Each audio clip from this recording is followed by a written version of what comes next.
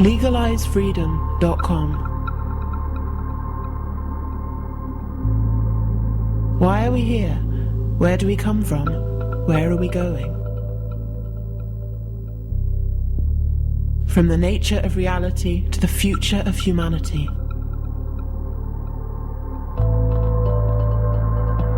Beyond politics, poverty and war. LegalizeFreedom.com.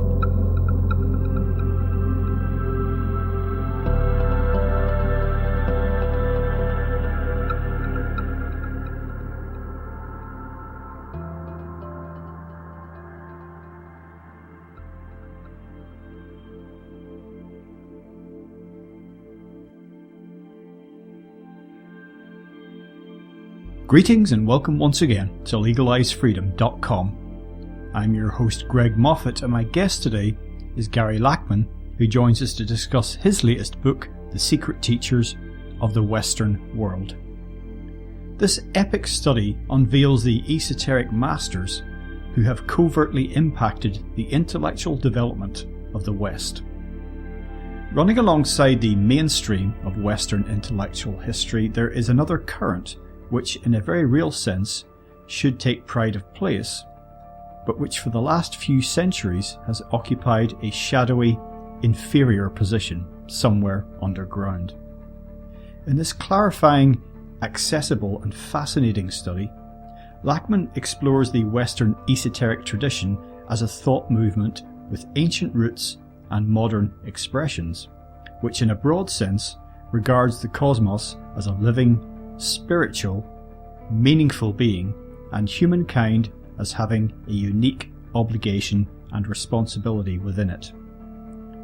This is in stark contrast to much of modern science, which sees the universe as a meaningless flow of matter and energy, and human beings as pointless accidents. Hello and welcome, Gary, and thank you so much for joining us once again on LegalizeFreedom.com. Oh, it's my pleasure indeed, Greg. Thank you very much. Gary, today we're going to be talking about your latest book, which is entitled Secret Teachers of the Western World. As per usual, just for people who maybe aren't so familiar with your work, tell listeners a little bit about your background in general. I write about what we can call the Western esoteric or Western inner or Hermetic tradition, and that this is this sort of counter tradition to the standard Western intellectual one, and this includes a variety of different sort of esoteric or inner, occult, mystical sort of teachings and doctrines from Hermeticism and Gnosticism and the Kabbalah and Theosophy and a variety of things like that. The latest book traces the history of this from its earliest roots in the ancient world into contemporary times, but I've also written books about specific figures, mostly from more modern times, people like Madame Blavatsky or Rudolf Steiner, Peter Uspensky and Aleister Crowley. And I've also written about specific historical periods, the 1960s and early 70s, which saw a occult revival, a sudden and very influential mass interest in all things occultly marvelous, as the historian Theodore Roszak called it. And prior to doing this, many years ago, I was a musician. I was one of the founding members of the group Blondie back in the early mid 70s. And yes, I did that for quite some time, and then left that world some years later, and more or less reemerged many years later, writing about these sorts of subjects, which I've been doing for the last 20 years or so. Now, you mentioned their Western esoteric tradition, which, again, a lot of your writings have been about. For some people, it'll seem a little bit anomalous to them. Western, what the Western society is all about, rationality and science, it's Eastern mysticism that we hear so much about, and that's what you talked about, the counterculture in the 60s, and that was all that Eastern stuff. So, but I always felt that, my first exposure to some of these ideas, I can remember picking up a copy of a book called The Holy Blood and the Holy Grail back in the 80s. And I started then, from that, it led me on to reading these, like you say, Gnostics came up, and reading about the Templars, about Masonic mysteries, and this name, the Illuminati, came up. And I started to get this feeling, Eastern traditions and mysticism all set to one side, that there was something else here in the Western tradition that was being kept from us. Not implying anything conspiratorial, but there was something that was necessarily had retreated at some point in history and gone underground, and there was something here that really was being completely set aside, and either deliberately by design or by accident, whatever, it was being hidden. Well, that's pretty much the argument I make in my recent book, The Secret Teachers of the Western World, where this esoteric tradition, this other tradition, actually was subject to a kind of character assassination, a smear campaign, starting in the early 1600s with the rise of science. It had hitherto been very prestigious. It's more common knowledge now than it had been, but someone as prestigious as Isaac Newton, who's considered more or less the father of the modern world, father of modern science. He wrote much more about alchemy and sort of biblical exegesis, and sort of wanting to know the secrets of the universe than he did about gravity. So many other equally renowned names from the past, and I talk about quite a few of them in the book, were deeply involved in this, what was called the occult sciences. And the occult really means not seen. It can mean hidden, but it's not necessarily hidden in the sense of something that's very, very like dark secret. It's just that it's not perceived by the senses. It's something that's perceived by the mind or the spirit. Esoteric means inner.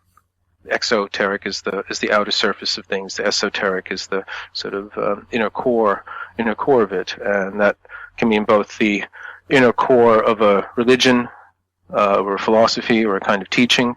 There's an esoteric side to Christianity, an esoteric side to Judaism, to Buddhism and Hinduism, and so on. But also the inner in human psychology, our own inner world. Esoteric sciences have to do with consciousness, more or less, even though they don't use that word. It's mostly spirit, something along those lines. But in actual sort of practice and the experience of it, the two are pretty much synonymous.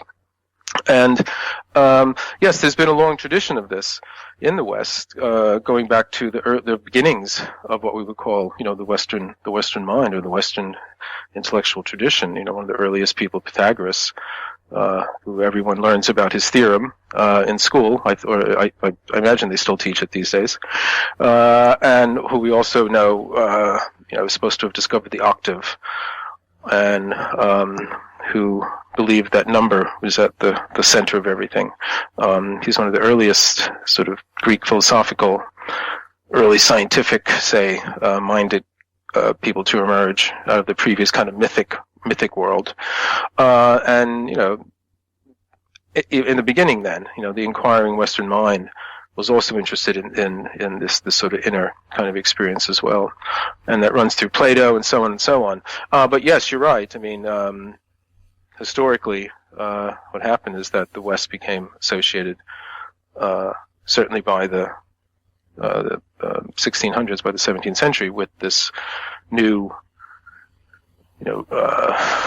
logical, scientific, specific, factual, empirical approach to things. And what I say in the book is that it purposefully went out of its way to disparage the other way of knowing that's associated with this esoteric tradition, which is, it's a more immediate, more intuitive way of knowing the world, whereas the scientific, rational one, as we know, is rational and logical and scientific and empirical and sequential and dealing with facts and so on and so on. And so what happened in the West is that we couldn't, this became a cult. This became sort of tarred with this brush of being dark and satanic and so on and so on, all the kind of cliche ideas we have about the occult. And in the beginning of the late 18th and certainly getting up going in the late 19th century, there was a Western surge of interest in the East, specifically because it didn't have available its own spiritual tradition to itself, and so it saw this in the East. But no, certainly it's there. And even someone like Madame Blavatsky, who's one of the people responsible for introducing Eastern ideas into the West in a popular way. I mean, she herself, in her first book, Isis Unveiled, is much more about the Western Hermetic tradition. And this is basically what we could call science, but a magical kind of science. And what she wanted to do was to show, the two weren't necessarily opposed, although she was very much against the rising reductionist materialist science that we associate, with the 19th century and its scientific view. But no, I mean, it's there. That tradition is there. And, again, we can understand and see its influence on what we know as the mainstream Western intellectual, spiritual, cultural tradition, without having to resort to any kind of conspiracy theories. Because it's just there. I mean, these people have just kind of been airbrushed out of the story, not through the kind of perceptions about the occult or about mysticism or about the esoteric that under which most of Western history has been written. There's a certain. I mean, the sort of the main kind of motor of the book is. Using ideas from another book called The Master and His Emissary by Ian McGilchrist. And it's a brilliant book, and what it does is it reboots the whole right and left brain sort of dialogue, which, as we know, became very, very popular in the the 80s and the 90s, and then it sort of dropped out of favor with scientists and so on, and because of its popularity. Yeah, I'll come along to that in a moment because I want to talk about that at some length because I think it's very, very important. Mm-hmm. Just to rewind very slightly, do you think that the aforementioned suppression of the mythical and mystical in the initial stages, at least, despite Darwin and Newton and what have you having all these other sorts of areas of interest, do you think in the initial stages the suppression was very practical and kind of pragmatic? In the sense that, we really do need to get this stuff put to one side because we're advancing here at a rate of knots. There's a whole new world emerging to us here, the scientific world. So at some point, it was for the most part just seen in the same way that a lot of religious ideas were getting pushed aside because it was seen as irrational. Well, I mean, it's precisely what you say. It was practical. It was not seen as practical, and that's what became sort of dominant. In not only in sort of the ideas being applied as practical science in that sense, but just for getting things done. You're precisely right. I mean, I say in the book, in order to understand the laws of planetary motion, we have to sort of forget. Dante says, the love that moves the sun, the moon, and the other stars. I mean, that's how science worked. It sort of had to subtract all those kinds of things. Let's just see what happens. Let's look at it and see what happens, and then we can account for what happens without having recourse to all of these non-verifiable, mystical, spiritual kinds of things. And we can account for them purely in terms of physical forces. And yes, you're right. But even that shift. The shift into that being seen as kind of an end in itself that took precedent over other ways of being in the world, other ways of knowing the world. That in itself was a particular kind of shift too. So because the practitioners of, as I said, Newton he considered his work in alchemy science just as much as he considered the work he was doing on laws of planetary motion and physics and gravity and all that. He wanted to know the mind of God just as much as Stephen Hawking does. Or whoever is the one doing that these days. So yes, there was a peculiar kind of shift towards a kind of effectiveness, with knowledge, a kind of knowledge that led to results, that led to predictable results, and that could be quantified, measured.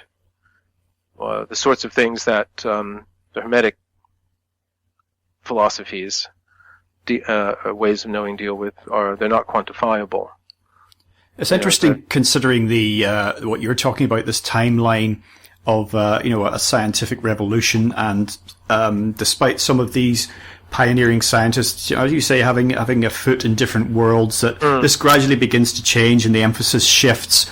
And to a lot of casual observers, particularly students of science, the idea that any of these Western or Eastern, for that matter, esoteric traditions would be surviving and kind of struggling to still survive underground or bubble to the surface here and there, that would be kind of news. They might think of, for example, that the most significant bubbling up of a different kind of consciousness might have been, in the 60s counterculture and the age of Aquarius and all what happened there. But really, it's been an ongoing thing. It's with obviously limited success, but this is it's almost like an eternal struggle. So yeah, I mean, one of the things I say is this. I've certainly heard over the 40 years I've been interested in this kind of thing and reading about it and so on. I've certainly heard more than one scientist say that it's all debunked. We figured out. Yes. We've explained it all away already, and we can put this to bed, but they keep doing it. They keep dragging out this dead horse and beating it, and that just says to me, like, well, actually, it isn't debunked. It's something that's there all the time. It's infuriatingly elusive and difficult to pin down in some way. I totally agree with that. It's something that doesn't really want to abide by the rules that work for science as the way it works best. And this is why scientists who look at this kind of stuff, they dismiss it because, it just doesn't fit the kind of things that we're good at figuring out. I totally agree with that. I mean, I can't say that I have a particular theory that accounts for these sorts of things, and there's a variety of different things ranging from, say, paranormal experiences to mystical experiences and Gnostic sort of other, as I said, sort of ways of knowing, different ways of knowing the world. But I certainly know, as much as I know things that I can verify, that these things do happen, and they're real and they're part of our experience. And but they're not amenable to the kind of repeatability and kind of what do you want to say? They're not on tap in the same way that other kinds of phenomena that science covers are. The laws of gravity are always there all the time, and they'll work all the time. So you don't have to have specific kind of circumstances involved in order for them to work. They just work all the time. Whereas these other things aren't like that. They're not as they're not sort of they're not sort of print on demand. Well, they're not sort of pay-per-view, exactly. And if they are, it's a different movie each time, So yeah, exactly. Yeah. But at this point, a question might well be a reasonable question. Well, what happened if there was this acceptance of randomness and chaos and risk at one point in the human experience, but there were other things that were safe and predictable, and that's fine. And there was this balance between the two we accepted. At what point did this psychotic craving, because that's what it is, psychotic craving for safety and predictability and measurability just come to dominate? And why would that be? And this brings us on to what you were mentioning earlier, the left-right brain thing. So just for people who don't understand that just give us an overview of that whole the principle. Right. Okay. Well, I was saying earlier, in the beginning of my book, I talk about reading a book called The Master and His Emissary. And it's by Ian McGilchrist, who's a psychologist and studies the brain, but he's also an English scholar and studies literature. So in a way, he has sort of one foot in each side, as it were. And saying we all know sort of the cliches about the left and right brain, about the left brain being a scientist and the right brain being an artist, and left brain being interested in logic and the right brain being interested in intuition and all that. And that was all very popular, for a while. And then it fell out of favor with sort of serious, in quotation marks, sort of neuroscientists, because the kind of neat separation of function that seemed to be happening with the two different hemispheres. Our brain is, the top of the human brain, the cerebral cortex, is this kind of like cap. It's over the lower parts of the brain, and it's separated into two hemispheres. And nobody really knows why we have two different brains, but we do.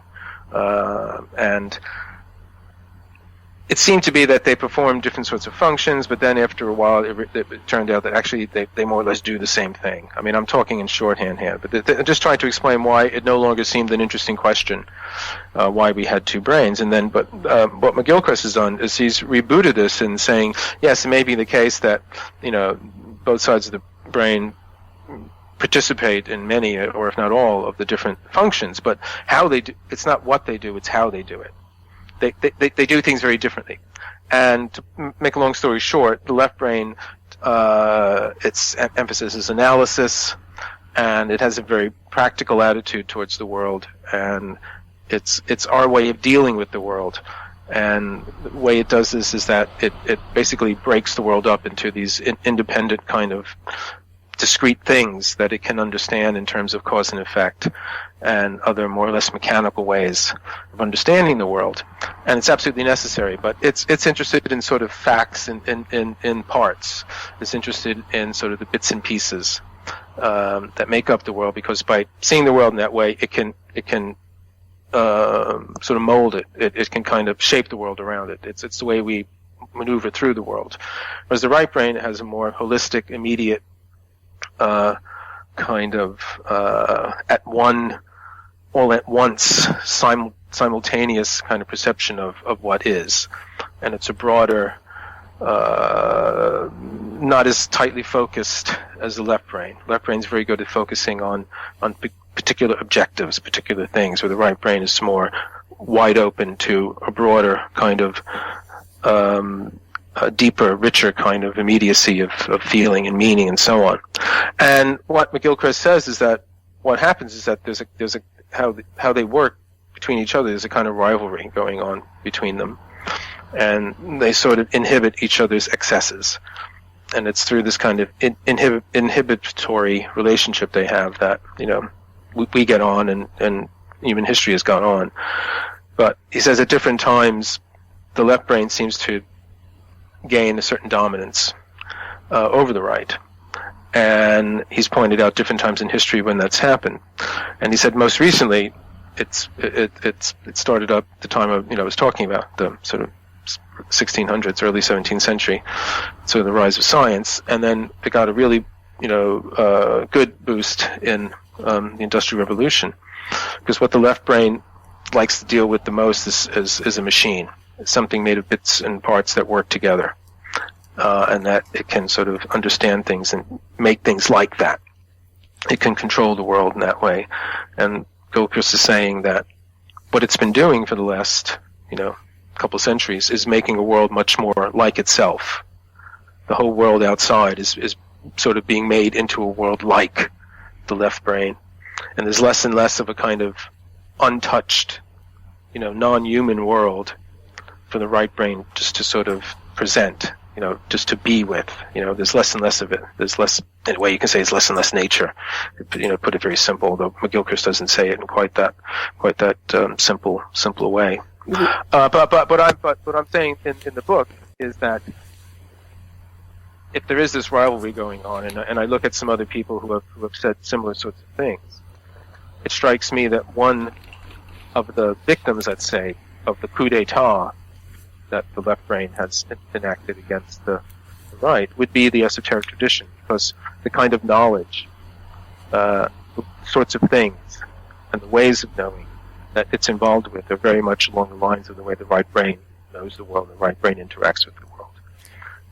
It's much more part of that than the left brain, which is, as you said earlier, much more mainstream Western intellectual scientific, rational, logical tradition, and rightly so. I mean, the idea isn't good right brain, bad left brain. The idea isn't to get rid of the left brain and back to the right. Both are necessary. Both are part of our evolution, and it's through the relationship between the two that we evolve. But as Gilchrist says, there's times when, because the left is very forward-going, it's kind of very gung-ho. It's very aggressive. The right is much more just sort of in it and immediate and open and vulnerable. It doesn't have the aggressiveness of the left brain. The left brain attacks reality. When I first read about the left-right brain split, or if not doing different things, then certainly doing things differently, the first thing I was actually reminded of was the TV sitcom The Odd Couple. But then I tried to think of a more serious analogy. No, it makes sense. That makes sense. But I was immediately reminded of the male-female duality, and how for a long time, particularly in the modern era, there's been this increasing tendency to stress that there is no difference between male and female, particularly men and women, human males and females, yep. And of course there are differences, but for me it was very much about positive differences in terms of complementary differences, and even the word difference is kind of wrong. It's more like, complementary is the word. It's the yin and yang. It's black and white, up and down, and what have you, and to try and iron out certain tendencies. We see what happens if men and women, if there's a social situation where you try and aim for this sort of Borg type mentality and approach, the end result tends to be less good. Whereas, and this is what's the thing with the left and right brain, is that it's like the right brain can accept the left, if we can imagine these as two little characters. But almost not vice versa, not the way things have been going, as you say, for quite a long time now. Well, I mean, but I'm not, but at the same time, they do work together. I mean, McGilchrist is talking about, he's talking about big, broad historical periods, and individuals. I think, this is the thing. You could have very extreme. I mean, and it's easy to start to kind of, overgeneralize in these ways. And I just quickly talking about the male, female, or men, woman, sort of differences. Obviously, in one broad sense, you might say men are more left and women are right. But then at the same time, the left-right divide is happening in both sexes as well. So it's not as simple as, one side's one brain and one side's the other. And, like in my own experience, the optimum times, and they do happen, is when they work together. Well, I was thinking of... So they do work. I mean, like if you do creative work, let's say, it's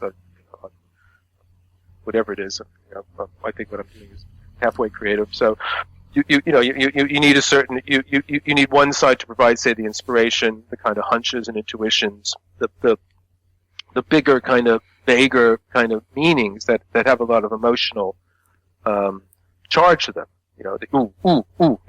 That's exciting. Oh yeah, that's significant. And then the other side has to say, okay, how do we best express that?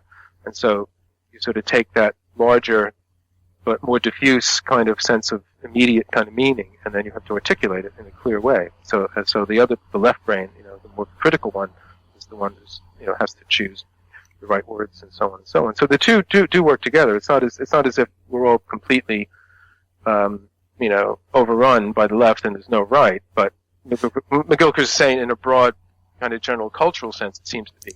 Oh yeah, that's really just what I was getting at, was sort of the meta trends and where we find ourselves now, and the opportunities versus the threats as we go forward in terms of, you're talking about left and right brain working together. You highlight how there seemed to be an integration that took place during the Renaissance, for example. Mm-hmm. Yeah, and there's other times, too, and that possibility is always there. The Renaissance is one of the times when, again, like in our own time, there was a revival of interest in the occult and hermetic sciences.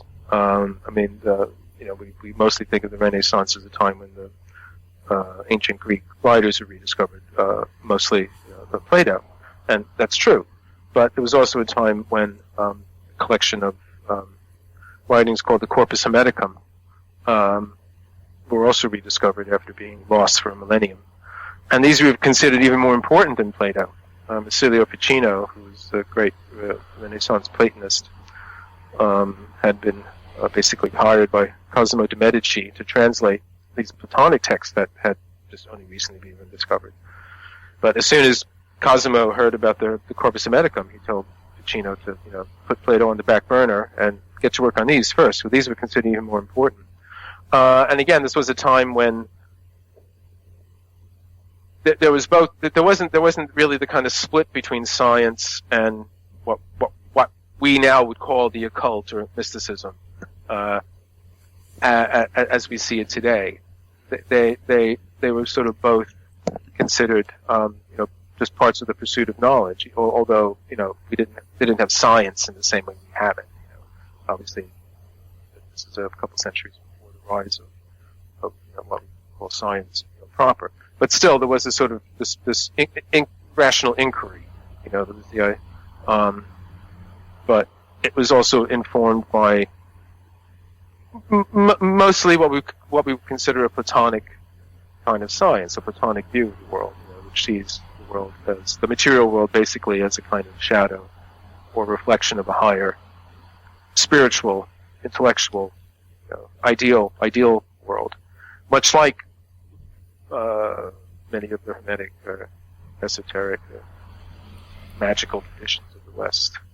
I mean, Plato is considered one of the central minds of Western thought, Western philosophy, but he was also some of his ideas run, throughout the whole current of Western esotericism. Thinking about the long sweep back into the dark past of human development, which begins we know not where. I wonder, is this long left-right brain tussle, these periods of integration and disintegration and this back and forth that's seen all sorts of different trends and tendencies take place. Has this been just part of our development and evolution?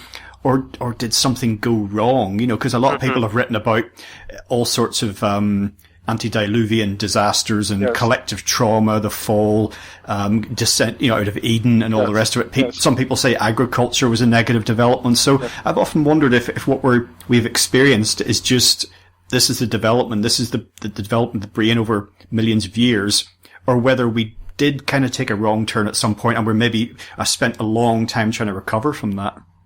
Well, I mean, I know what you mean. I mean, I actually did a book, an earlier book called Caretakers of the Cosmos, where I sort of take argument with this general idea now that somehow human race is a big mistake, and we're kind of cancer on the planet and all that sort of thing. And that's the complete opposite of the esoteric view, the Hermetic view. I mean, we're actually here. We have a great responsibility here.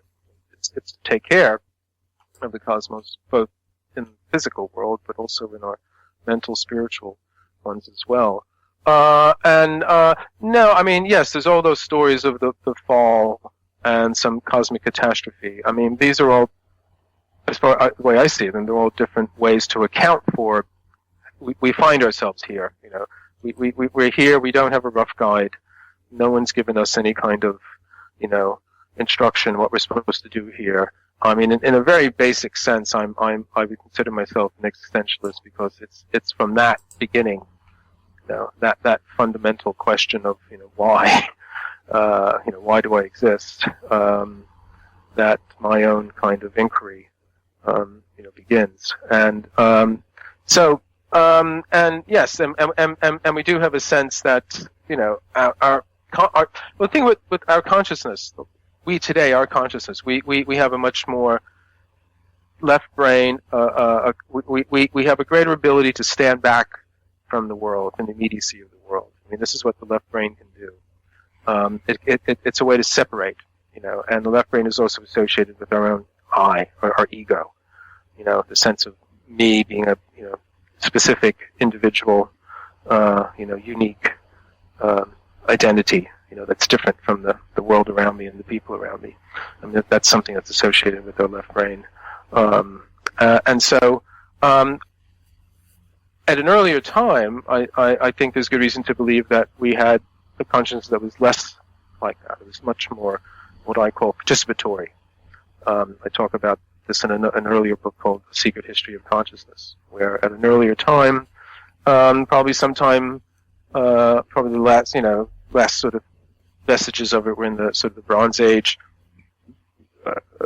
There was a kind of a much more, let's just say, open relationship between the outer and the inner world. It wasn't quite as definite. The barriers between the two weren't as firm. They were more permeable.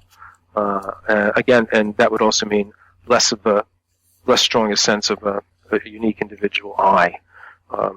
That's separate from the rest of the world around us. And yes, I mean, to be thrown out of this more participatory, richer, warmer, at one kind of unitive consciousness, which I think is the sort of thing we try to get back to through a variety of means, alcohol, drugs, and other sorts of things.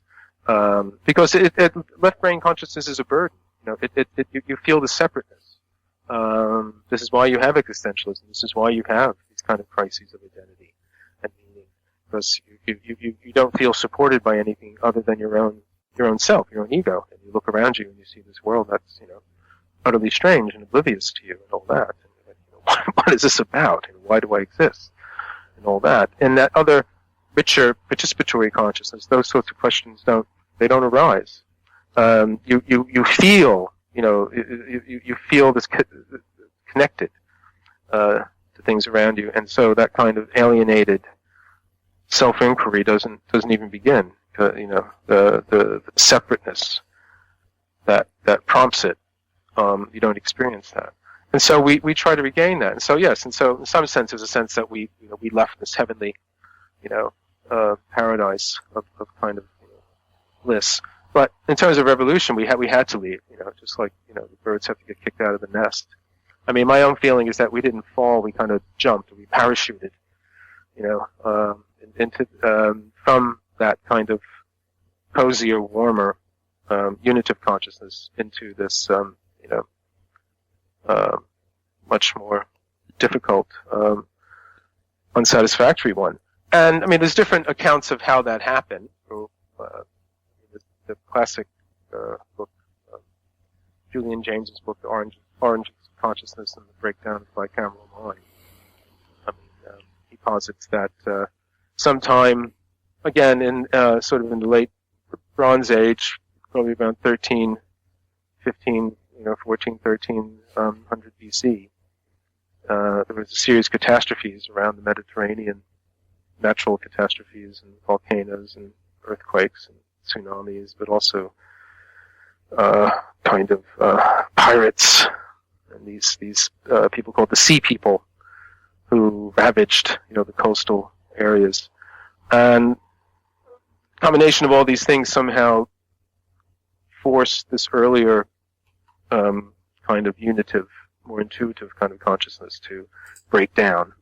It's what the breakdown bicameral means, two-chambered. Basically, he's talking about the two hemispheres of the brain, and I think he's got it turned around. I mean, the way he has it, you have the two sides of the brain. They were kind of working together, and then it. No, they weren't. They were separated, and then that broke down, and then turned into this kind of consciousness we have. But I think the kind of consciousness we have is much more associated and lodged in the left brain, and we've more lost touch with the right brain than kind of he has it the other way around. But in any case, the upshot is that there was an earlier time, and other people talk about something very similar. Another person whose ideas I write about quite a bit in the book is the Swiss-German philosopher Jean Gebser, who has a whole huge philosophy about what he calls different structures of consciousness that emerge at different times in history. And some of what he says parallels a great deal of what McGilchrist says. And I draw on both of them to show, as I was saying earlier, how this Western esoteric tradition has fallen victim to this kind of overemphasis on the left brain, practical, effective, dealing with kind of mode of consciousness. and how it's been shunted aside and turned into this kind of, as you were saying earlier, this kind of sort of dark thing. It's either a joke or it's kind of evil or satanic in some way. But actually, it isn't. Either way, I mean, it really is. It's a true tradition of knowledge. It's a true kind of philosophical tradition. There are, there's an inner unity to it. It's talking about the same thing in different ways over time. So it's precisely something. And all you have to do is do a little homework, and you see that throughout the whole history of the West, some of the most important people that we think of were people that were involved in it. I said Newton, there's Goethe, Mozart, I said Plato, many others, Nobel Prize winners, and so on. So it isn't something that's just like the X-Files or something that's just at Halloween or in some goth rock band. It's actually something that's part of a whole kind of intellectual and spiritual tradition, which we ignore at our peril, because it's rooted in, as you were saying earlier, it's rooted in this whole other mode of consciousness that's associated with our other brain or other way of being in the world. So we're never going to get rid of it. I mean, but the thing is, what we don't want is a bland kind of, blend of the two. There's a creative tension between the two of them that gives birth to this third thing that's greater than both of them. And I use this idea of Jung's, what he calls the transcendent function. It's when you have these two sort of opposed energies or forces in polarity. The tension between them, creates something that transcends them, that sort of goes beyond them. And that's something that, in different ways, that the Western esoteric tradition is also. We don't want a brave new world of the brain, where everything's kind of ironed out, all the differences are ironed out, and the children of the brain are kind of born somewhere else on a farm. Yeah. No, I mean, you were saying before this kind of cyborg thing, or this kind of. I mean, I definitely think we do. See, it's interesting to me because Gebser said. I said he talks about these different structures of consciousness, but he says he died in 1973, but and he wrote his most important book in the 1940s, and then did a book called Ever-Present Origin, but kept updating it as it goes along. But he said that what was happening is we were living through what he called the breakdown of the mental rational structure of consciousness, and the mental rational is basically the scientific, logical, sequential view of the world, very much along the lines of what we were saying the left brain is associated with. But he's saying we were seeing that it was breaking down. His structures of consciousness, they exist, for long periods of time, but they go through a kind of, maturity process, and then after they pass their peak, they begin to kind of become overripe and start taking themselves apart, basically. And I think there's lots of evidence for that. I think, Gebser was certainly onto something there. And he's not the only person talking about this, but he talked about it in a very specific way, and he came up with an enormous amount of evidence for it. But I do see this kind of, we live in a time when all the barriers are, becoming permeable, and everything that was discrete and unique and separate, this whole, in a way we're supposed to smash that up together now in some way. Yeah, it's interesting what you say about alcohol and drugs and the kind of altered states that people seem to crave, and this, of course, can lead to dangerous self-destructive behavior and addiction. But at its root, there's something there that's trying to come through, and of course, you don't need drugs, alcohol, it's all fine. People should do what they want. But the destructive and dangerous side of that, you don't need to go there for that. But it showed people are not quite sure where to look or what to do. There's just something within them that is searching for something. People have always been interested in in some way escaping the burden of left brain consciousness, because it is a pain. It's a pain, because I'm saying the essence of it is this kind of separateness, and so in different ways we long for that kind of unitive. And you can get it going to a football game, right? You can get it going to a rock concert. You don't have to take drugs or alcohol, but we certainly, the reasons why they've always been part of human experience, and is precisely because of that, precisely because they can do that. And so, the the thing is, for someone like Gebser, he'd be saying, well, what happens when the reason we enjoy them is because they relieve us of the burdens of the mental rational structure and briefly put us back into an earlier period, what he called the mythic sort of structure of consciousness, which is, much like the sorts of consciousness we associate with, altered states, or even just mildly, this, things have a soft edge, we feel a certain all is good kind of feeling, things are less hard, they're less hard edged, they're less stressful, they're less oppressive than, when our strict left brain kind of thing. But he would say the actual movement of our evolution is not back into that earlier mode, but forward into this other thing he called the integral. Now,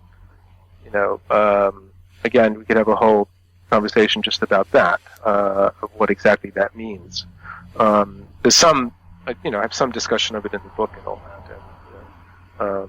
But it's difficult to talk about this other kind of forward consciousness, let's say, that he foresaw.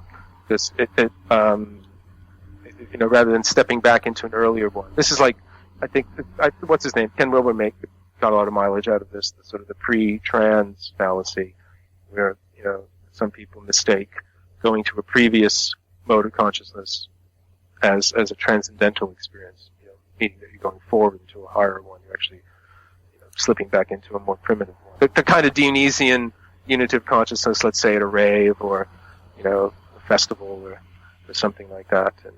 And, its virtue is that it relieves us of the burden of our own, individual selves, Well, I think this has relevance to what you were talking about earlier with the book you mentioned, your book, Caretakers of the Cosmos, and we did an interview around that, which people can... Yes, that's right. They'll find a link to on this interview page. But one thing, I agree with you in the thrust of that book in terms of our direction of travel and not getting this, pre-trans thing confused. And one book that came up in your writing that I'm actually in the middle of reading was Owen Barfield's Saving the Appearances, and this idea of participation in various stages of it. Oh, it's a brilliant book. And it is. I mean, the writing's a little bit old-fashioned, so for younger people, it might take a bit of getting used to. But I'm absolutely loving the thrust of his ideas. I think when it was published, it must have been quite mind-blowing. I don't know how many people it actually reached, but that's very. Well, that book actually gave him a second career, because he had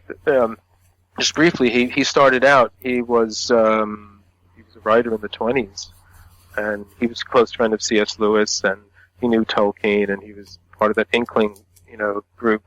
But he had a few books come out in the 20s, but then he wasn't. He got good critical notes and all that, but he wasn't commercially successful. So he decided he couldn't pursue it as a living, and he went into the family legal firm. But then later on, he continued to write off and on. But then many years later, he wrote that book, and that gave him a second career. And suddenly he was in the early 60s. He was very, very popular especially on American campuses and their sort of religious studies departments. That book was something that a lot of people were talking about at the time. So, I mean, he's brilliant. And interesting enough, he lived to be 99.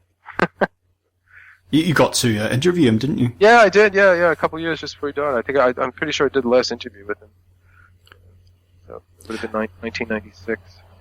One thing I was reflecting on the other day, again, actually, while reading Owen's book, was a habit that I've noticed in myself, and I'm sure I've done this all my life, and I'm sure I'm not the only person to do this. But when I talk to myself, whether it's good, bad, or indifferent, about an opportunity, a problem, whatever, and I have that inner dialogue, I say we. I say, Greg, we have a problem, or Greg, this is brilliant, we should do this. And I talk to myself like it's two people. I do. Well, he wrote that, what is it, This Ever Diverse Pair, this very short novel. I mean, it's more like a fable, but it has these two characters. There's Burden and Virgin. And one is this, sort of downtrodden legal, clerk, whatever he was, where he worked, a barrister, something out of Dickens or something. Yeah, or who's the guy? Rumpole the Bailey, or something like that. And then the Virgin is this more poetic, vital, spiritual kind of character, and it's precisely as you say. It's they have this dialogue, and that's it, and that's different traditions, have something like that too. And this also comes out in the split brain studies, where we really do have two selves. I said earlier that our I, my sense of me, comes out of the left brain because it's verbal. The left brain uses words. It speaks. It says I. But I have this other me, this other side that communicates differently. It communicates in symbols, in imagery, in sensations, in moods, in hunches, and things like that. And the two of us, have to learn how to get along. This is, that's one of the themes of the book, and how so many philosophies express this. I mean, that they may not say specifically, they're not talking about the brains, because that had to wait until modern neuroscience and all that, but they're talking about these two these polarities, these oppositions, the kind of intuitive self and the critical ego. One, that kind of has. Well, I mean, you said earlier the Odd Couple. I mean, Colin Wilson, who I'm working on a book about now. He came up with this way of thinking about the two brains. He called it the Laurel and Hardy theory of consciousness. So he associated the right brain with Stan Laurel and the left brain with Oliver Hardy. And the way he developed it is that if you see in the films where Stan always kind of overreacts, and he looks to Ollie to the proper way to be, like what should I do now? And so Wilson said actually the right brain sort of looks to the left to give it clues as to how it should respond to things, and so in a way it's up to us to sort of give it the right messages, the positive messages, and so on and all that. So, but yeah, I mean, there is this kind of sense of a dialogue, and in one sense, I ask, is this something that's utterly banal? Because as you said before, there's the Tao and the Yin Yang, and the I Ching, and so many other things like that, and the sun and the moon, and male and female, and obviously alchemy is completely rife with all these oppositions and polarities. And so is this something that is just so glaringly obvious, or is it, or because it is something that's so there, we might not really grasp the real root of the significance. And so I don't want to overemphasize this talk of left brain dominance, because this is where I think I perhaps have been pressing you a little bit on that, or perhaps having a tendency to overemphasize it. But I'm just thinking about again where we are now in our development as far, and we can't speak about as you say, we're individuals, but I'm just thinking species wide. I mean, we do have manifestations of some problems along these lines now, and it's been going on. We do have a need to rebalance, which is gathering in urgency. I feel, I think you're absolutely right. I think you're absolutely right. Yeah, I mean, I'm sorry. Go ahead. No, I was simply going to say that a couple of manifestations, whether it's a sort of a disdain for feminine, or a sort of like a dismissing of culture and art as societally important. We see that now with you close the museums, close the art galleries, but keep building the war machines and the rest of it. Yeah, absolutely. And I even see architecture, which is a pet subject of mine, which I always try and shoehorn into a conversation if I can possibly manage it. And I was looking at some of Rudolf Steiner's designs for buildings. And not just he, but others. And for me, our built environment is very much a reflection of the left brain as well. For the most part, that's precisely what McGilchrist is saying. It's intent on recreating the world in its own image, and making things like itself, and in the sense of things that are machine-like, quantifiable. The kind of I think you're absolutely right. But I mean. So many things that have an anonymous kind of ambiguous character to them. They could be anything. These buildings that they don't seem to be any particular thing. They could be a shopping center, or there could be a police headquarters or something. They have the same kind of uniform sort of values in their construction. And absolutely. I mean, we're very sensitive to the environment around us. I think you're absolutely right about that. And yeah, I mean, why do we want to get out to nature, or to the wide open spaces, somehow to get towards some non-human world? And again, I'm not down. I wrote a whole book about not being down on humans. But I just mean the sense that it's a world that we've had our hand in making around us. And all you got to do is like walk around London and you just see it constantly. I think you're absolutely right. I mean, when you see a building like the Shard or the Gherkin, just to use a couple of London examples, you don't have to like these buildings, but people remark on them because they have been designed. And I use design with a capital D, if you see what I mean. Yeah. And design these days, it's kind of, people often say, when you look at the latest design of car, for example, and for the most part, they're pretty bland and very much of a muchness. And then you look perhaps at the design of a supercar, and you go, wow, now that looks like something. People say, well, design costs money, But when I see new build houses going up, and they're just shoe boxes with square windows and small square windows at that, I say, well, you could put a round window in that bathroom, and that wouldn't really cost any more. No, but design costs money? It's the idea that anything edifying is. We're creating. This is the horror story. Is we're creating. We're inmate and guard at the same time, right? We're creating our own prison, and somehow we're living in the prison. And I mean that. I think you're absolutely right. This is the scary side of it. One hopes, perhaps it might not turn so horrible in the end. But yeah, I think you're absolutely right. I mean, McGilchrist himself. I mean, I've corresponded with him, and we've met a couple of times. I mean, he lives up in Skye, so he's out in the open spaces. So and he says as much if that's needed these days, very much so. So, I mean, I think, many of these people, you mentioned Steiner with his architecture, and, he tried to develop ways to incorporate elements of the new modern world. He was one of the early ones to work with concrete, the second Goethe Arnhem, that went up in the early 20s, after the first beautiful one, which was made of wood.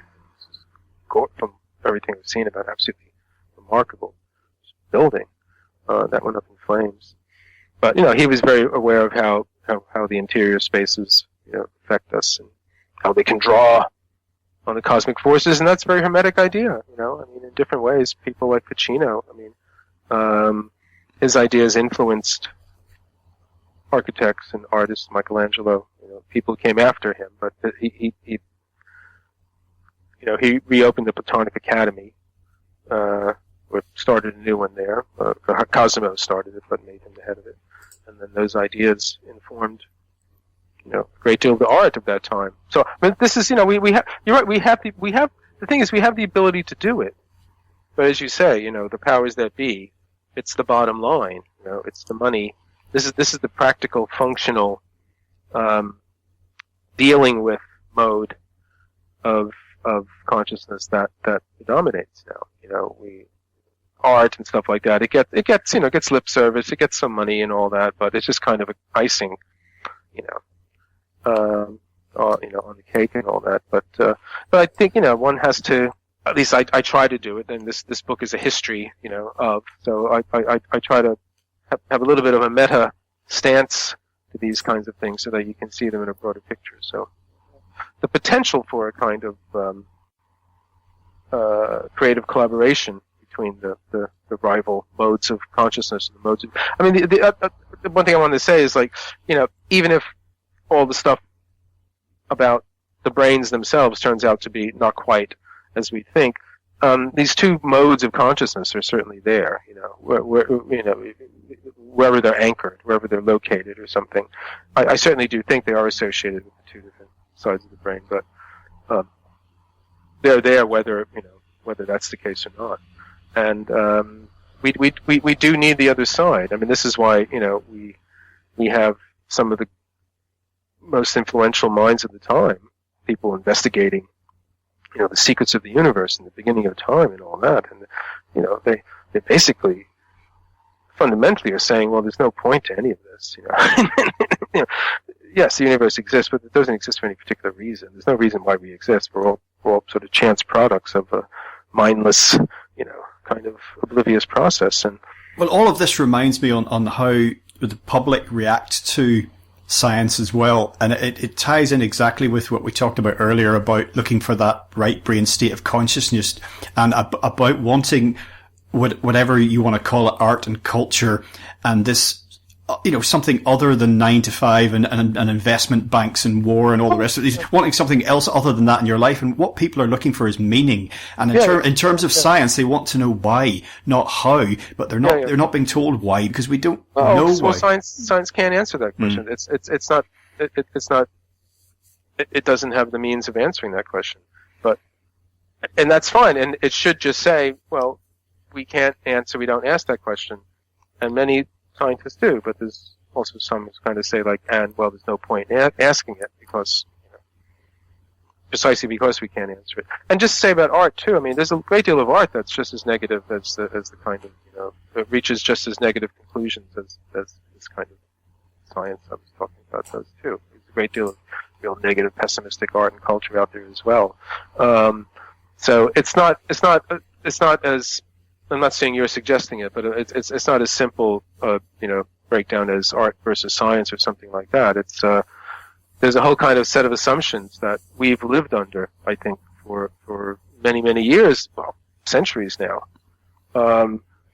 that say were necessary at the time. They enabled science to develop and create the world that we live in now, which is an incredible world. I mean, you and I just now, we live better than kings did, a long time ago. So, I think we have to give credit where it's due. But the thing is, it in order to be so successful, it had to ignore this whole other side of things.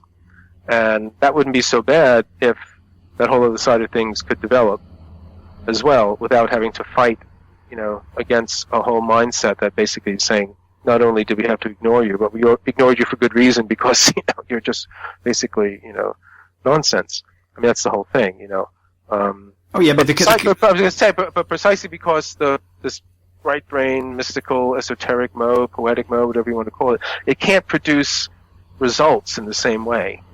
So it can never prove itself, in the same way that, science can put a man on the moon or, the Voyager out beyond, the solar system. But poetry doesn't do anything. It can't, unless it moves you. So you have to be open to that in the first place. You have to be open to being able to be moved. And the whole idea that there are meanings and values that have got nothing to do with the bottom line, nothing to do with any of that. That's something I think we are losing more and more touch with. Yeah, I mean, the divisions that I was talking about, the categories, the names, that they are just that, they're names and they're arbitrary up to a point. It's about ways of thinking, of course, is what we're talking about really here. And it's not about one or the other. That's the whole thrust of this, I think. It's about balance and about, each to its own and, each case on its merits and what have you. It's about a holistic system. Absolutely, yeah. Not a conclusion, but where I come to at the end of the book, as I say, it comes up to contemporary times, is the possibility that we, with the resurgence of a mass interest in this occult, hermetic, esoteric world, which includes the Eastern spirituality as well. This is something we've been seeing. It depends how far back you want to go. It certainly is rooted in late 19th century with Madame Blavatsky and the rise of Theosophy. But in more contemporary times, it's something that got going in the early 1960s and has continued as, we call it the New Age or whatever, the alternative, or the search for the new paradigm or whatever. It's had different kinds of names. But it's something that stayed around.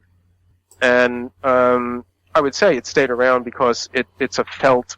It somehow, in some way, satisfies a felt need for a recognition of this other mode, this other way, whatever you want to call it, this hermetic way, this esoteric, this inner way. That's less to do with dealing and controlling the world than with, grasping meaning. As I said, one mode of consciousness is for dealing with the world, and the other mode is for appreciating the world. The other mode, one wants to get the tree down out of the field because you have to plow it, and the other wants to just gaze at the tree and appreciate its beauty. We sort of give lip service to that one, but and there's reasons for it. Life is difficult, so and we're still an evolving species, and we had to hack our way through up the evolutionary ladder, for thousands and thousands of years or whatever. So we're still. I think the problem is that the virtues of the left brain, let's say, and they're very good virtues and the ones we need. It's absolutely indispensable. And again, I have to reiterate that it's not a villain, but they work too well. They've overzealous, let's say, and by doing that, they've made it difficult for the virtues of the other side to be appreciated. And you need somehow, yes, I mean, there's all different manifestations of that. I would say. But fundamentally, I would think that that's the sort of gist of it, So there's all different ways of doing that. But I'm saying we kind of have intuitive ways to do it already. We develop rape, we develop art, we develop different ways of kind of getting out of that, relentless kind of practical mode. But I think what we need to do is use that mode itself to become conscious of itself, to understand, what the problem is. Well, Gary, I mean, you've been writing a lot about some of these historical figures that we've been talking about, some of their work being sidelined and suppressed, and even some of them who are known names, certain aspects of their work being sort of, how shall we say, kindly de-emphasized. I think, having read quite a lot of your work now, that people looking for a different way, looking for inspiration and ideas and thoughts about, rebalancing our consciousness and our ways of doing things would find a lot of inspiration here, particularly in the idea that, as I mentioned towards the top of the hour, that this is something that has been ongoing. There has not been some final triumph of cold, hard,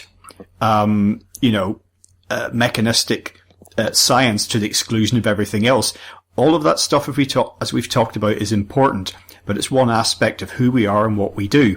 It's simply been where emphasis has been placed, perhaps a little too much for a little too long, but it is not some sort of final state of affairs that we cannot rebalance. No, I think you're absolutely right. I mean, that's one of the virtues of reading a bit of history, where you see things that seemed set in stone, immutable, actually do change over time. And one of the things I've come to understand, and that it's sort of the main kind of thrust of what I write about, is the idea that consciousness itself evolves and changes over time. Too, I mean, you mentioned Owen Barfield earlier, and he's someone who wrote about this and how he could detect a shift in consciousness through language. Other philosophers of, say, the evolution of consciousness have come to similar conclusions from different roots, and the sort of dialectic between the two sides of the brain, between sort of the outer tradition and the inner tradition. Yes, it's been part of the Western. That's the whole thing. I think the dialectic itself is the Western tradition, and what we know as the Western tradition is one side. It's as if all we heard is one side of someone's phone call, as we often do today. You're sitting in a cafe and you hear somebody chatting on their phone. That's sort of the Western tradition that we know. Only one side of it. The other side of it, and that's why I call it the secret teachers, is that these are people that some of them we don't know, some of them we don't know that they were influenced by these ideas as much as they were. Some of them we don't really know what they were really saying. So it's secret in different ways, but it's this other side, this other mode of consciousness, this other way of knowing that's been sort of sidelined, but it's there all the time, and it's informed, it's informed all of Western culture, and it's still at work today. And so, no, it isn't at an end, and I do think it's the case that as Gebser says, we are experiencing a mutation in what we understood to be this set, kind of done, finalized view of the world that is very much, the 19th century materialistic science view of the world, which is kind of the trickle-down effect to the average kind of, person's, general kind of view of the world. But even in science itself, we've known this for like the last century at least. There's been all these different upsets and changes and all that. So,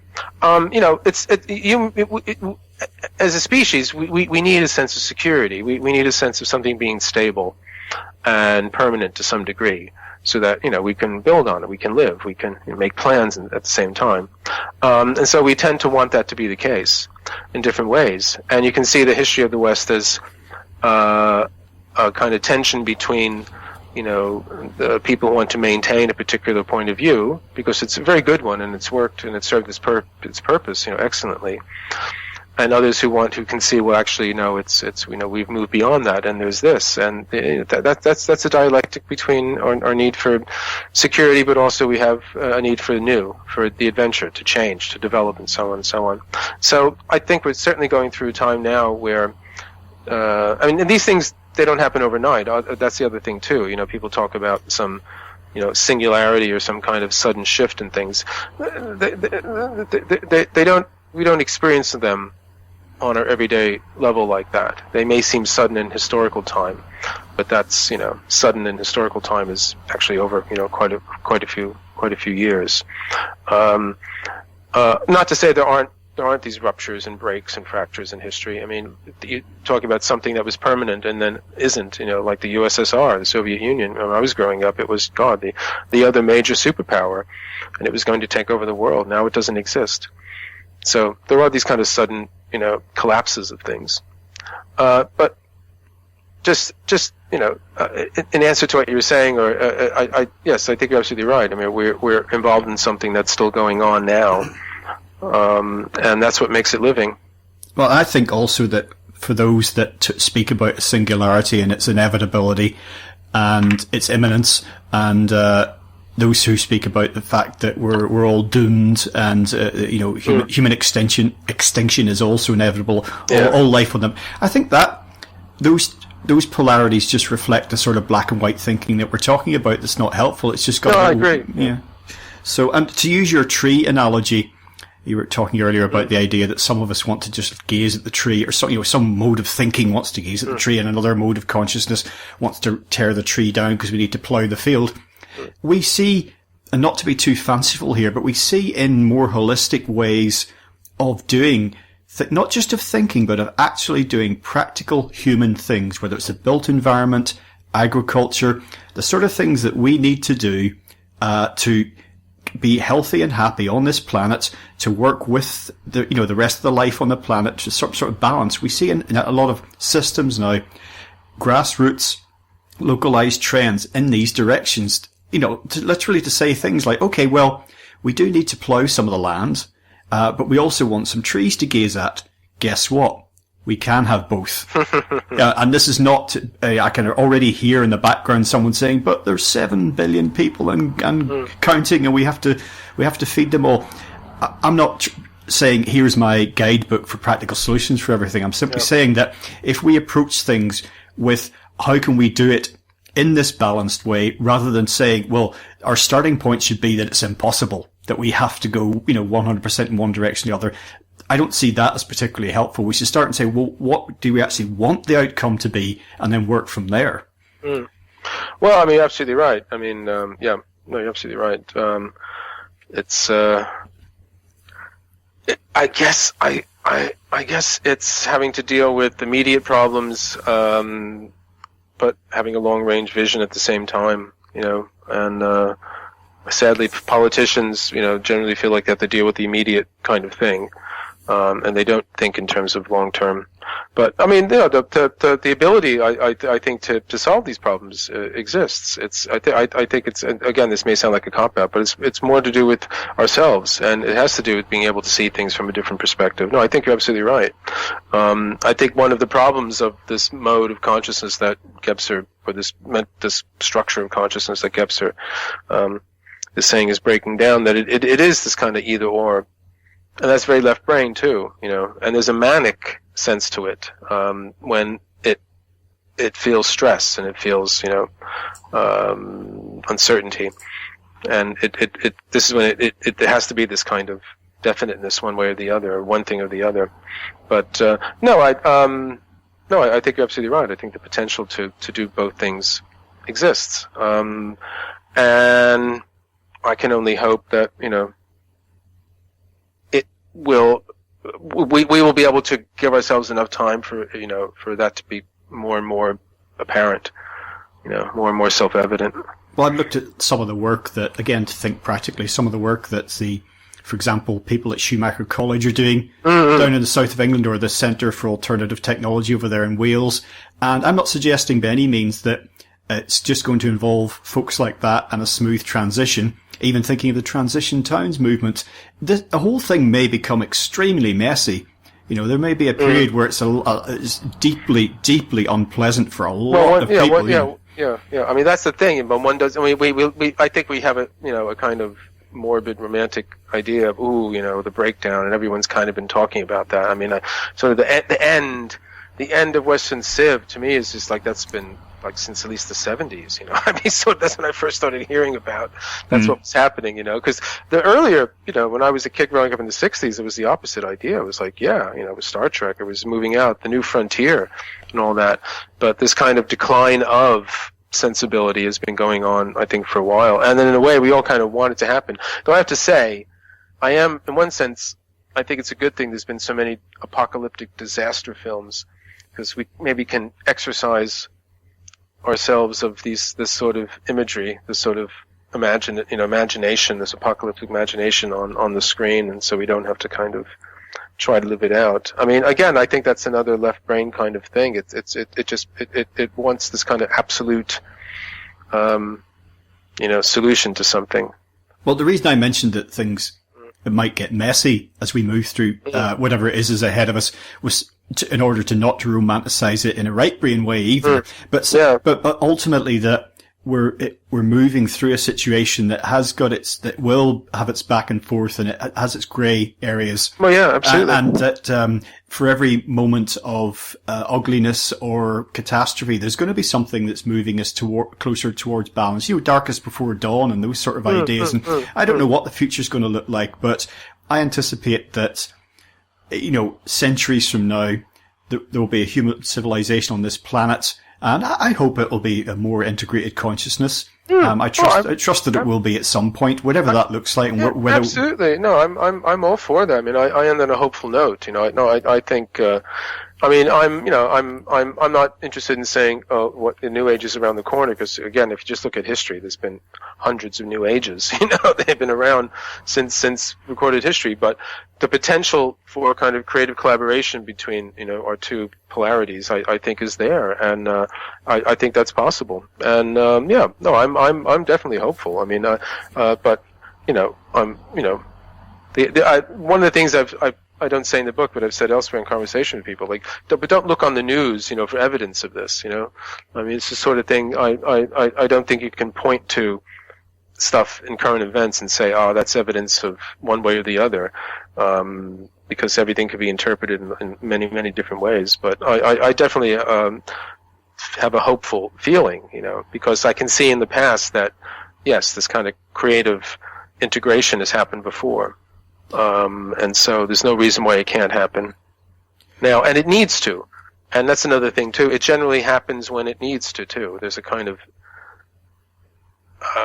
inbuilt, kind of cybernetic system where when things really get too out of balance, it cuts in. Now that might not be a picnic, you know what I mean? That the automatic system kicking in might not work in all nice ways, but it's there to sort of reestablish a new polarity. Well, Gary, today We've been talking about your latest book, as I mentioned earlier, The Secret Teachers of the Western World. And I think from some of the ideas we've been talking about, if folks do listen back to the earlier interview, Caretakers of the Cosmos, and also the Revolutionaries of the Soul talk that we did, I think people will find that a lot of this ties together quite nicely. Now, your new book is available everywhere, and also there's a lot of information in there, a lot of discussion about individual historical characters and interesting maybe if we figures. do it again, we can talk about some of the different characters and where, the different figures and where they were in history and how they were involved in, some of the pivot moments and things like that. Yeah, exactly, because I think I said to you when we did Revolutionaries of the Soul that each one of these individuals is worthy of a book unto themselves. And indeed, as you mentioned earlier, you're working on a book on the late, great Colin Wilson. But just in conclusion for today, tell folks about your website and anything else you'd like to put out there. Okay, well, if you want to get in touch, you can find my website at www.garylachman.co.uk.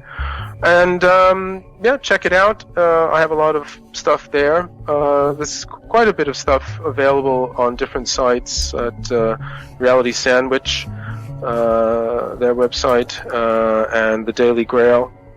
And, yes, and by all means, if you're interested in the book, please get a copy, and I hope you enjoy it. Splendid. Well, Gary, thanks once again so much for joining us today on LegalizeFreedom.com. My pleasure, Greg. Thank you very much. Well, folks, that's it for another week. As ever, thank you so much for listening. If you enjoyed the show, check out the website, which is LegalizeFreedom.com. That's legalize-freedom.com, where you'll find an archive of programs offering alternative views on a wide range of topics, including politics and economics, energy and environment, culture, spirituality, history, and the nature of reality. You can also browse and buy a range of publications from our guests, and if you're feeling generous, make a donation to help keep the site up and running. Whether you listen, donate, or do both, I greatly appreciate your support. Until next time, I'm Greg Moffat, and you've been listening to LegalizeFreedom.com.